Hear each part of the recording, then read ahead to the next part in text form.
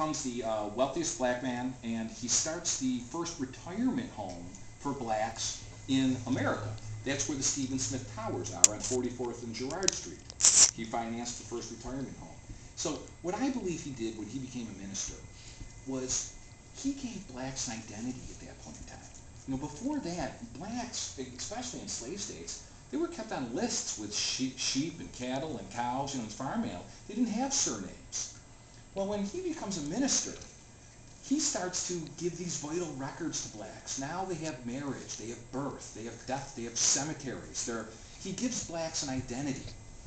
And as I said, at the end of his life, he starts the Stephen Smith retirement home where blacks can go at the end of their lives and live in a level of security. And the Stephen Smith Towers still stand over there. The sad part about Stephen Smith's story is they don't know where he's buried. They know he's over here in Eden Cemetery, but they don't know the gravestone.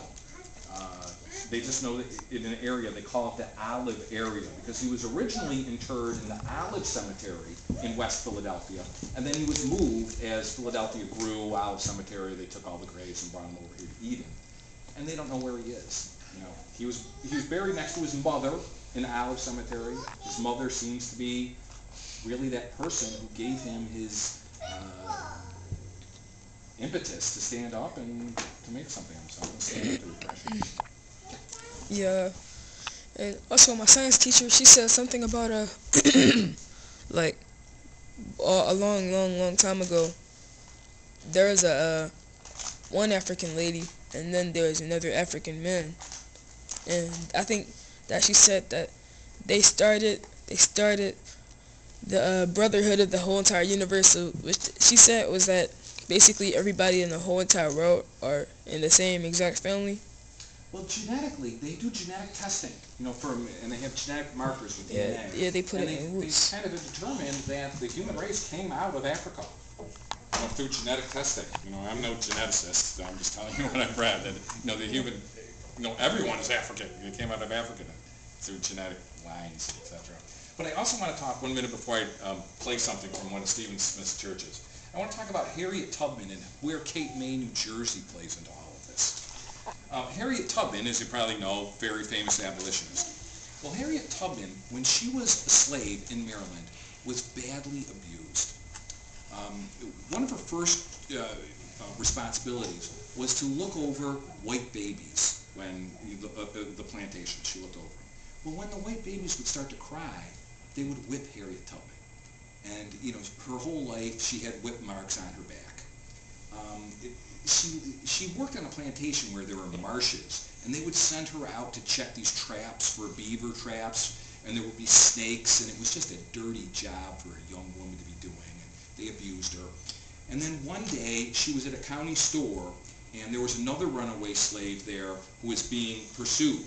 And the white slave master took a weight in this county store and threw it at this runaway slave and missed him and hit Harriet Tubman and fractured her skull.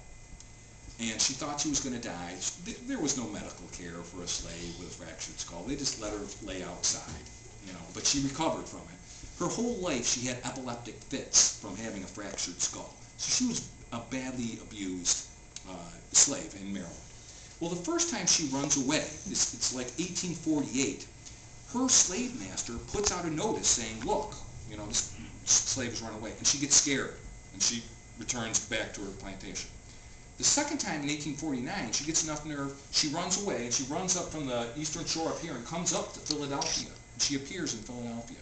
And she's there on Lombard Street, where there's a black neighborhood, where the AME church is, from it's like 2nd and Lombard to about 9th. And Stephen Smith lives in that area. He owns many properties. Well, in 1850, a few months later, the Fugitive Slave Law is passed, which is a federal law that says to law enforcement officials, if you think somebody's a runaway slave, you need to apprehend him. And it's the property of somebody else, and it's your job to apprehend this person. Well, Harriet Tubman knows the heat is going to be on. Well, in 1850, she shows up in Cape May, New Jersey. She's never been to New Jersey in her life. When she got to Philadelphia, she probably just had a dress on her back and bare feet. Stephen Smith bought property in Cape May, New Jersey, when New Jersey became free in 1846. and he started the AME Church in Cape May, New Jersey. Well, I've been down there and I've spoken with the people, and they said, yeah, Harriet Tubman was here, and she stayed in Stephen Smith's house. So Stephen Smith really, he took Harriet Tubman under his wing when she first ran away, brought her down to Cape May. She worked in some of the hotels, got some money, financed some of her expeditions back into the South, then went into the South the following year and started to retrieve some of her family from slavery. So Stephen Smith really had a key role in assisting probably the most famous abolitionist there was, Harriet Tubman.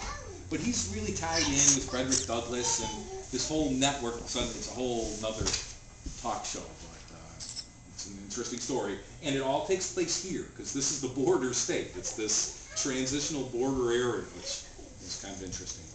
Sure. In the scenario that you were doing your genealogy if you were a black person and like you went back, there would just be like Joe. It's like just Joe. Yeah, the literacy becomes an issue. People didn't start to write, if you go back a few hundred years, They didn't have the black majority of people. people didn't write. So. Well, unless you did. Question maker. What was the source of the Smith's wealth?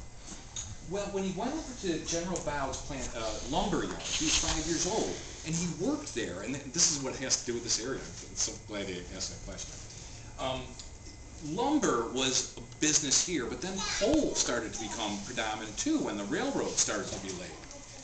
So Smith starts to learn the lumber business from General Bowd, and when he becomes 18 years old, he purchases his freedom with the help of Quakers that come from this Quaker meeting house behind us here.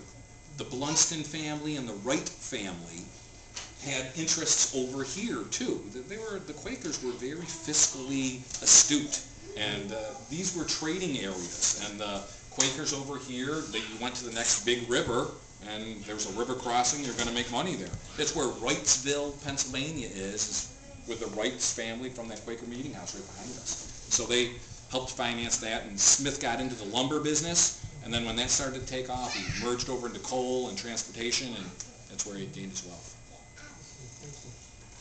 Yeah. My dad told me about this neighborhood from the. It was from a long time ago. It was actually back when malls started and shops started first coming out. It was a street, I think, and when